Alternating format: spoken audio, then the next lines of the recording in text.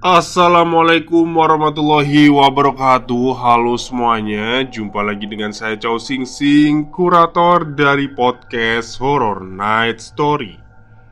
Halo, apa kabar semuanya? Semoga kalian semua sehat-sehat ya. Dan seperti biasanya pada siang hari ini saya kembali dan akan menghadirkan sebuah kisah mistis untuk kalian semua. Kisah mistis kali ini saya datangkan dari tweetnya Mas Simple Man yang menceritakan tentang pertemuannya dengan seorang bapak-bapak. Oke, daripada kita berlama-lama, mari kita simak ceritanya.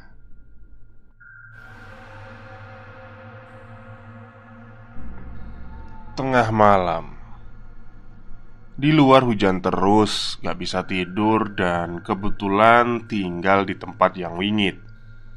Mungkin nulis aja ya. Cerita yang gak panjang dan langsung selesai. Kali ini bisa habis sekali nulis. Iseng-iseng mata bisa jadi merem. Oh ya, buat yang nunggu kembang laruk, pasti diselesain kok nanti. Hehehe. Cuma nunggu waktu aja. Oke, ini ada cerita lain dari aku. Gak ada seminggu yang lalu, aku ketemu sama orang bapak-bapak tapi punya pengalaman yang agak gimana ya. Bisa dibilang lumayan serem lah. Dibilang luar biasa, kayaknya saya setuju. Yang jelas pengalamannya bikin saya geleng-geleng kepala. Ternyata perjalanan saya selama ini nggak ada apa-apanya. Ketemunya juga nggak sengaja. Berawal dari ngopi, pindah dari kos ke kos yang lain, kemudian ngobrol ngalor ngidul. Nggak taunya beliau ternyata nyeritain masa kecilnya yang cukup naik turun. Saya coba merangkum ceritanya sesimpel dan sependek mungkin, tanpa mengurangi esensi dari ceritanya. Sebut saja cerita ini dengan judul Lelaku. Buat yang nggak tahu lelaku, sebenarnya kalimat ini familiar ya. Buat yang sudah mengikuti akun saya sejak lama. Lelaku ternyata adalah sebuah bahasa yang sebenarnya dari geteh anget. Ya, seseorang yang dari kecil sudah diberi keistimewaan semacam itu. Singkatnya saya ceritakan dengan gaya tulisan saya juga. Storytelling agar kalian bisa merasakan experience menjadi si bapak dari dia kecil sampai di titik saat ini. Jadi, kita mulai saja. Oke. Waktu itu di dalam mobil, panggil saja beliau atau dia dengan sebutan Dodit. Sekitar pukul 2 pagi, Dodi dibangunin sama seorang ibu-ibu yang sayangnya dia nggak tahu siapa namanya. Dodi cuma tahu kalau ibu ini bersama dengan laki-laki yang kemungkinan suaminya. Dia datang ke rumahnya Dodi. Kedua orang ini memberi sejumlah uang kepada ibu Dodi. Mereka juga sempat ngobrol lama di ruang tamu. Dodit yang saat itu masih sangat kecil sama sekali nggak paham dengan apa yang mereka bahas. Yang jelas, setelah uang itu diberikan ke ibu Dodit yang seorang janda, Dodit diajak masuk ke mobil. Ibunya Dodit cuma bilang agar Dodit nurut saja sama tante dan om. Karena kalau Dodit bersikap baik sama mereka, mereka akan ngasih permen. Begitu katanya. Oke. Balik lagi ke Dodit yang dibangunin sekitar pukul 2 pagi tadi. Ternyata di dalam mobil nggak cuma ada Dodit, tapi ada anak perempuan lain. Anak perempuan ini juga sama seperti Dodit. Diajak oleh pasangan suami istri ini dan dijanjikan permen kalau mereka mau ikut dan enggak bersikap nakal. Singkat cerita, kedua pasangan suami istri itu dibawa ke salah satu pantai yang sangat terkenal di Jawa Timur pokoknya. Pantai ini menjadi salah satu pantai destinasi wisata yang kalau saya sebut namanya pasti banyak yang tahu. Tapi saya tidak akan menyebutkan nama pantai ini. Singkat cerita, Dodit sama Lintang keluar dari dalam mobil. Lintang itu nama anak perempuan tadi ya. Mereka bingung, kenapa pukul 2 pagi saat langit masih gelap-gelapnya mereka dibawa ke pantai ini. Anehnya, ternyata mereka tidak sendirian di pantai itu, alias banyak mobil-mobil lain yang sudah terparkir terlebih dahulu. Ada sekitar 10 atau lebih ya mobil yang terparkir di sana. Dan setiap mobil keluar dua anak berikut pendamping mereka, yang kemungkinan sama seperti apa yang terjadi dengan Dodi dan Lintang. Karena waktu itu mereka masih kecil, mereka berdua menuruti segala perintah pasangan itu. Ibu-ibu itu mengajak Dodi dan Lintang bermain di tepian pantai. Tidak lupa mereka juga memberi permen seperti yang sudah dijanjikan. Sebagai anak kecil tentu saja bermain di tepi air ombak adalah hal yang menyenangkan. Baik Dodi dan Lintang serta puluhan anak lainnya yang ada di sana, mereka senang, bahagia dan bersukaria. Mereka berlarian saling mengejar satu sama lain. Intinya, tidak ada beban apapun bagi anak-anak itu. Tapi tidak bagi Dodit yang kecil ini. Dia memilih untuk menjauh dari tepi air karena Dodit sendiri punya ketakutan dengan ombak. Nah, disinilah kejanggalan mulai terasa saat orang-orang dewasa memilih menepi dan kembali ke samping mobil mereka masing-masing ya. Dodit pun saat itu sama sekali tidak tahu apa yang akan terjadi.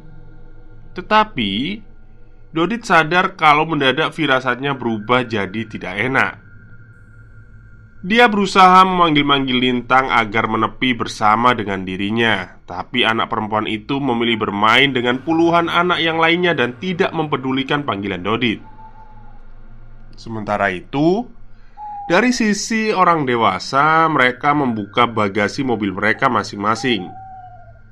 Mereka seperti memasukkan sesuatu ke dalam bagasi-bagasi mobil, tapi tidak ada yang tahu apa itu. Sementara Dodit semakin merasakan firasat yang tidak enak sama sekali.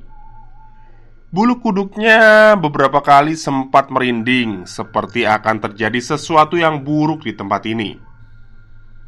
Nah, disinilah keanehan lain mulai terjadi. Dimulai dengan air ombak yang tiba-tiba semakin lama semakin surut. Otomatis puluhan anak-anak itu mengikuti kemana ombak pergi, termasuk Lintang bersama puluhan anak yang lainnya. Dodit merasa kedua kakinya tiba-tiba merasa lumpuh. Karena percaya tidak percaya, dari arah kejauhan, dari air laut yang terombang-ambing itu, Dodit seperti melihat kepala-kepala manusia yang keluar dari dalam laut, menyerupai orang yang mengintip, tapi hanya bagian atasnya saja. Sementara puluhan anak-anak itu masih bermain satu sama lain. Badan Dodit gemeteran dong. Dia merasa kalau anak-anak ini diincar oleh sesuatu. Meskipun dia tidak mengenali puluhan anak-anak itu terkecuali Lintang, Dodit sebenarnya ingin mengingatkan mereka. Anehnya, mulutnya tiba-tiba keluh, berat untuk berteriak kepada mereka. Dan seperti yang bisa diduga, hanya dalam sekali sapuan, puluhan anak-anak yang sebelumnya bersukaria tiba-tiba saja terseret air ombak. Mereka menjerit ketakutan. Dodi tentu saja panik, tapi sekujur tubuhnya seperti orang lumpuh. Dia melihat ke arah orang dewasa itu. Mereka hanya berdiri sembari menonton pemandangan itu. Bahkan ada beberapa orang dewasa itu yang tertawa-tawa, bergurau saat puluhan anak-anak itu terseret semakin jauh. Dodit bisa melihat lintang naik turun tenggelam ke dalam air bersama puluhan anak-anak itu. Badan mereka benar-benar seperti ditarik dari dalam laut. Beberapa bahkan mencoba untuk berenang, tapi semuanya sia-sia belaka. Karena satu persatu lenyap begitu saja, termasuk lintang yang kemudian menghilang selepas dia tenggelam dan tidak pernah muncul lagi di permukaan. Beberapa hari kemudian, maksudnya beberapa saat kemudian, barulah ada orang dewasa yang mendekat ke tepian pantai. Saat mereka melihat Dodit yang sedang berdiri melihat ombak, pasangan yang membawanya kemudian berujar, "Loh, masih ada satu yang gak kena. Gimana enaknya ini?" Si perempuan kemudian mengatakan, "Ya wis, biarin aja. Masih anak-anak, gak ngerti apa-apa. Pulangin aja ke orang tuanya. Kalaupun rugi, yang penting tugas kita selesai." Begitulah, Dodit digandeng dan diajak kembali ke dalam mobil lagi. Saat itu Dodit sempat melihat ke arah bagasi mobil. Di situ dia tidak percaya dengan apa yang dilihat. Bagasi mobil pasangan itu rupanya dipenuhi dengan kertas berwarna merah alias uang yang sangat melimpah. Sempat Dodit tidak tahu berapa total nominal ini. Maksudnya sampai Dodit itu tidak tahu berapa nominal total dari uang itu. Dan sepertinya semua orang dewasa juga punya masing-masing di dalam bagasi mereka sendiri-sendiri. Nah, ketika Dodit nanti dewasa, barulah dia diberitahu bahwasanya apa yang dilakukan oleh pasangan-pasangan itu adalah tukar tumbal. Anak-anak itu dibeli dari orang tua mereka untuk dijadikan tumbal pengganti. Minimal satu pasangan satu anak, tapi lebih banyak anak yang dibawa, maka gantinya akan semakin banyak pula. Jujur, saat saya mendengar cerita ini dari beliau, saya antara bingung harus merespon seperti apa. Saya ingat orang itu sempat berbesmili itu nangis ya. Seperti tidak tega kalau ingat kejadian itu lagi. Tapi siapa yang menduga kalau dari cerita ini rupanya ada yang jauh lebih gila lagi. Oke. Karena semakin jauh ke cerita, beliau akan semakin gelap. Maksudnya cerita beliau akan semakin gelap. Dan mungkin untuk kali pertama ini saya nggak akan mengurangi atau membesar-besarkan cerita. Alias, semua langsung keluar dari mulut beliau. Yowis, lanjut tipis-tipis ya. Semoga saya nggak ketiduran ceritanya ini. Oke. Singkat cerita, hidup Dodit sejak anak-anak sudah sangat berat. Dia lahir dari keluarga yang miskin dengan orang tua yang suka berkelahi setiap harinya. Hari ini membawa Dodit hidup di jalanan. Berbagai pekerjaan dia lakukan asal besok bisa makan, termasuk terlibat dalam jual obat-obatan. Obat-obatan terlarang mungkin ya. Sudah tidak terhitung berapa kali Dodit jadi inceran polisi. Bahkan dia sampai harus berpindah-pindah tempat dari satu teman ke teman yang lain.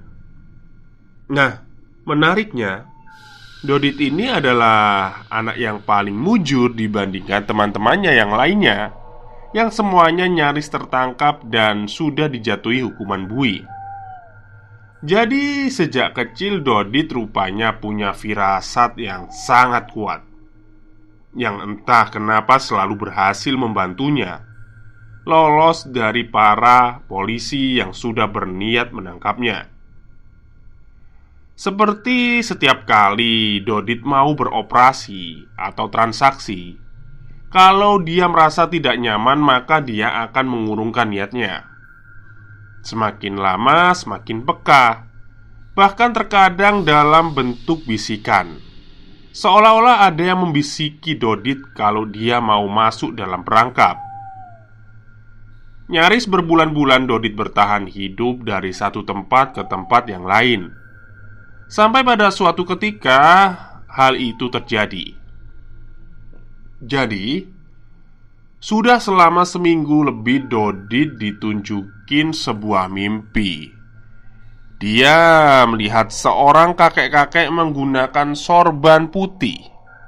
Kakek-kakek ini duduk di atas sebuah makam di bawah pohon yang sangat besar.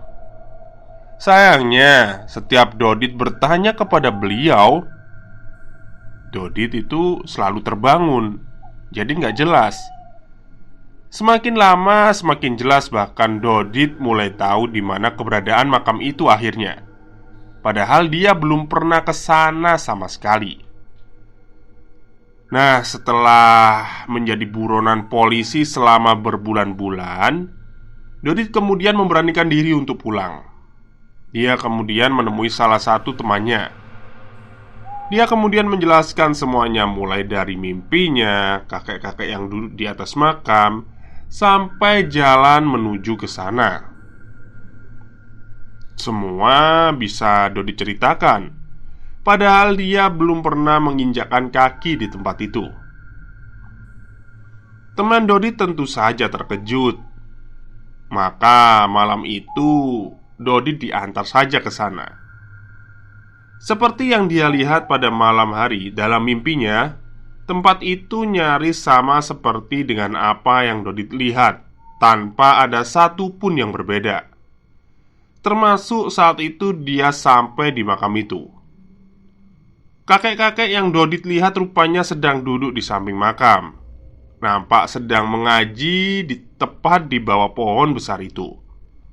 Untungnya, kakek-kakek itu rupanya adalah seorang manusia biasa yang kebetulan juga tidak tahu menahu kalau dia akan bertemu dengan Dodit. Karena si kakek itu juga mendapati mimpi yang sama, di mana dia melihat seorang anak muda yang sekujur tubuhnya sangat kotor. Pemuda itu ternyata adalah Dodit. Singkat cerita, kakek ini rupanya memang bukan orang sembarangan. Beliau juga menjelaskan kalau Dodit adalah anak yang istimewa, seseorang yang lelaku, persis seperti dirinya berpuluh-puluh tahun silam. Dan mungkin saja memang garis takdir yang membawa mereka bertemu alias berjodoh. Dodit yang sejak awal kurang percaya dengan hal-hal yang seperti itu, suatu hari diajak si kakek pergi ke suatu tempat. Sebuah rumah besar tapi sepi, yang mana adalah rumah si kakek itu sendiri. Di dalam sebuah ruangan, kakek itu menyuruh Dodit untuk tidur di dalam sana untuk satu malam saja. Dodit yang pada dasarnya berwatak keras menyanggupi tantangan si kakek. Dia pun menginap semalam di kamar ini, yang mana kamar itu memang sejak awal terlihat janggal. Seperti ada beberapa sesajen dan benda-benda ganjil yang saling bertumpuk satu sama lain. Selain itu ada beberapa lukisan, salah satunya yang paling terkenal adalah lukisan Nyi Roro Kidul dan seorang pria bersorban. Namun dari semua benda yang paling aneh itu, Dodit paling tertarik dengan kursi seperti mimbar dengan tangga ganjil dan sebuah payung keraton yang tertelungkup. Malam semakin larut, dan Dodit mulai berbaring di atas karpet berwarna hijau. Tapi baru beberapa menit setelah si kakek pergi berpamitan, tiba-tiba bulu kuduk si Dodit berdiri dengan sendirinya. dan dia merasa sedang diawasi oleh sesuatu yang entah dari mana datangnya. Dodit, yang pada dasarnya bukan orang yang penakut, kemudian duduk dan melihat ke sana kemari, memastikan bahwa dia seorang diri di dalam kamar ini. Saat itulah, di tengah kegelapan remang-remang, Dodit menemukan sesuatu yang terasa ganjil, yaitu lukisan Nyai Roro Kidul, yang ketika dilihat dengan seksama oleh Dodit, ternyata lukisan itu sedang menyeringai ke arahnya. Tidak hanya itu saja, Dodit juga merasa aneh dengan lukisan pria bersorban, yang mana wajah pria itu seperti sedang melotot ke arahnya. Padahal jelas-jelas tadi pria bersorban itu dalam posisi menantang ke depan dengan ekspresi yang datar. Tapi kali ini ekspresinya beda. Nah, gak mau dipusingin dengan hal itu, Dodit kemudian memilih untuk tidur dan melupakan semua hal ini. Dia kembali terbaring dan mengabaikan perasaan was-was yang saat ini sedang ia rasakan. Sekujur tubuhnya sebenarnya masih merinding. Jika orang pikir dengan cara mengabaikan maka gangguan tidak akan datang, rasa-rasanya salah besar. Karena tak lama kemudian Dodit mencium bau melati yang sangat kuat, yang membuat dirinya terbangun seketika karena diikuti suara menangis yang benar-benar lain. Suaranya benar-benar aneh. Suara menangis tapi tertahan di tenggorokan, menyerupai suara dari perpaduan wanita tua yang meringkih diikuti oleh suara kuda. Intinya saat itu pertama kalinya Dodit merasakan jika sekujur tubuhnya terasa sangat berat. Seperti tempat ini ramai sekali oleh sesuatu yang gak bisa dilihat. Berkali-kali juga Dodit memegang bagian tengkuknya yang terasa kencang, sementara aroma melati masih tercium kuat dengan suara yang masih terdengar jelas di telinganya. Nah, saat itulah baru dari sudut matanya Dodit dia menemukan objek seorang wanita berambut panjang membelakanginya. Dodit menoleh dan melihat objek solid, yang dimana benar-benar ternyata seorang wanita. Namun baru Dodit lihat objek solid itu, tiba-tiba objek itu jatuh dengan kepala menghantam lantai, lalu melayang bersembunyi di belakang mimbar kayu, sambil meninggalkan suara cekikikan yang luar biasa kerasnya. Nah, itulah kali pertama Dodit merasakan takut. Sekarang dia bingung menjelaskan apa yang baru saja ia lihat itu. Bagaimana bisa tubuh seorang manusia bisa jatuh bruk seperti kain putih dengan kepala masih utuh, melayang di atas lantai kemudian bersembunyi di belakang mimbar kayu. Gimana ya bayanginnya ya? Oh, jadi awalnya ini manusia, kayak manusia gitu. Terus jatuh, bro. Tiba-tiba jadi pocongan. Nah setelah jadi pocongan, melayang terus kayak hilang gitu ya. Mungkin kayak gitu gambarannya ya. Oke, kita lanjut. Ditambah lagi suara cekikan itu yang seperti sedang menertawakannya. Hal ini membuat badan Dodit benar-benar merinding ketakutan.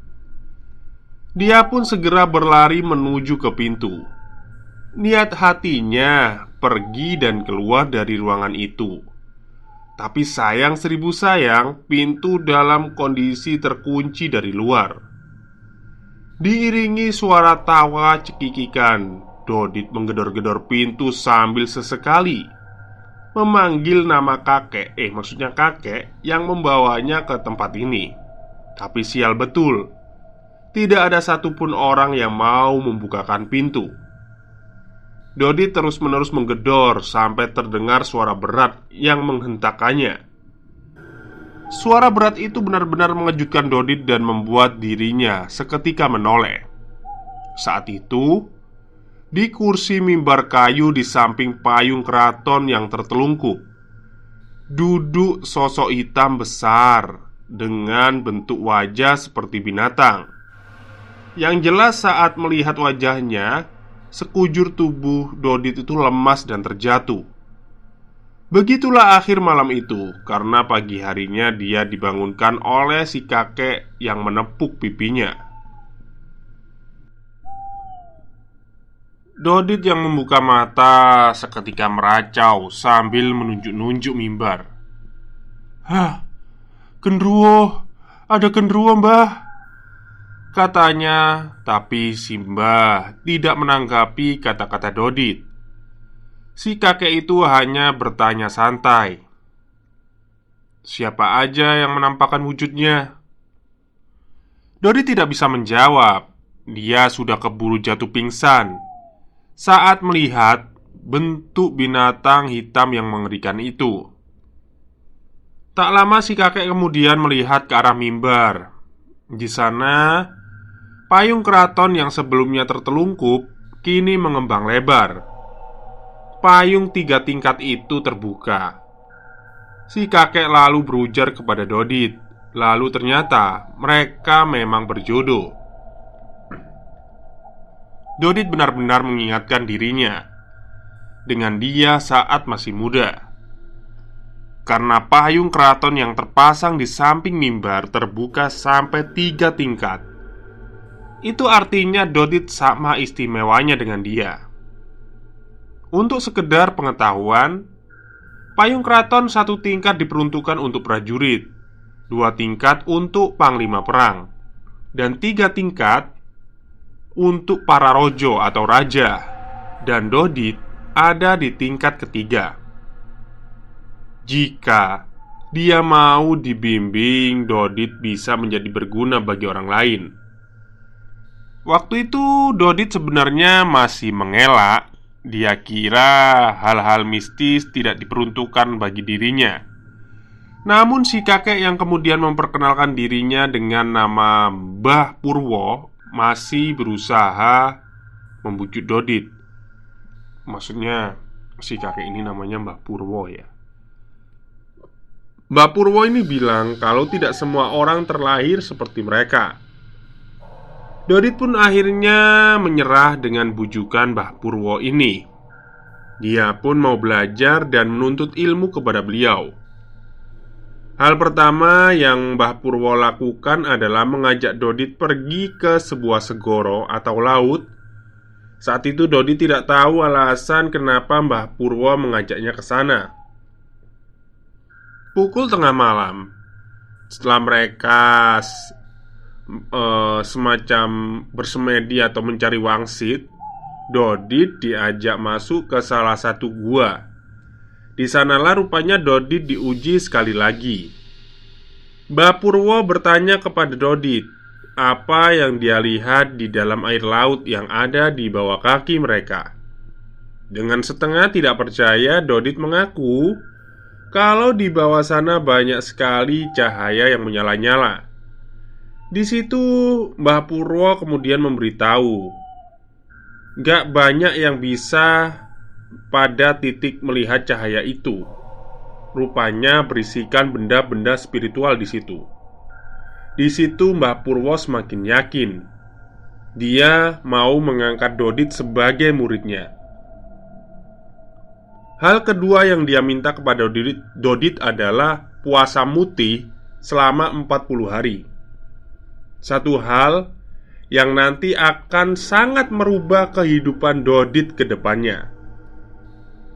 Puasa mutih sebenarnya bukan hal yang baru ya bagi orang Jawa. Cuma bedanya puasa yang dijalani Dodit ini sedikit lain. Seperti dia tidak boleh tidur di bawah pukul 12 malam. Selain itu dia harus banyak mengamalkan satu kebaikan-kebaikan lain. Mbah Purwo sendiri mengaku kalau beliau mengajarkan ilmu putih. Karena dalam ajaran kejawen ilmu putih juga lahir dan ilmu yang hitam, yang berarti Di ajaran kejawen itu ada ilmu putih dan ilmu hitamnya. Asam manis kehidupan sudah pernah beliau lahap. Oke, mungkin itu dulu untuk cerita laku karena panjang sekali, bukan pendek ini ya. Ini panjang sekali, jadi mungkin dua part lah ya, dua bagian akan saya selesaikan malam hari nanti insya Allah. Baik, mungkin itu saja cerita untuk siang hari ini. Kurang lebihnya saya mohon maaf. Wassalamualaikum warahmatullahi wabarakatuh.